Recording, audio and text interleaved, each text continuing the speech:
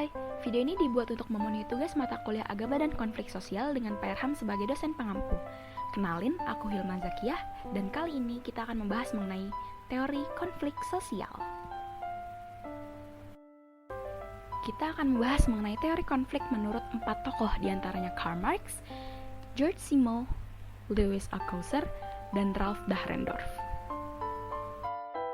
Yang pertama, menurut Karl Marx, kehidupan sosial adalah konflik.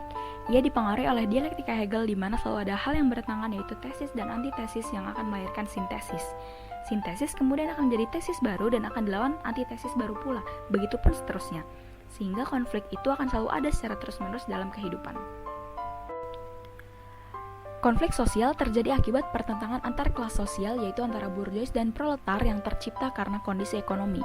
Menurut Marx, sistem atau hukum itu pasti pro penguasa, sehingga perubahan sosial terjadi karena kelompok proletar ingin merebut kekuasaan dengan revolusi, sedangkan kelompok bourgeois ingin mempertahankan status quo mereka. Yang kedua, menurut Simmel, konflik adalah bentuk asosiasi karena muncul jika terjadi suatu interaksi. Maka konflik itu dipandang sebagai suatu yang wajar atau normal karena asosiasi dapat diartikan bermasyarakat. Fungsi konflik yaitu mempermudah kompetisi dan menguntungkan salah satu pihak sebagai pembuktian kualitas. Ketiga, menurut Louis, konflik adalah suatu hal yang bermanfaat.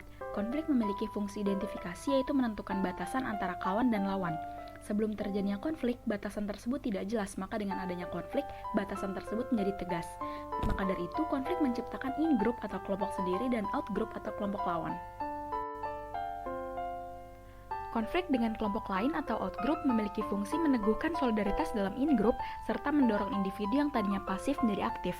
Selain itu, konflik satu kelompok dengan kelompok lainnya juga menyebabkan kohesi atau kedekatan dengan kelompok lainnya lagi, sehingga konflik dapat membantu terbentuknya struktur baru. Yang terakhir yaitu menurut Dahrendorf, ia mengkritik teori konflik dari Karl Marx. Menurutnya, konflik bukanlah antar kelas tetapi antara pemegang otoritas dan kelompok yang harus patuh. Singkatnya, konflik terjadi ketika muncul kesadaran subjektif dari fungsi manifest atau kelompok kepentingan yang tidak mau patuh terhadap pemegang otoritas.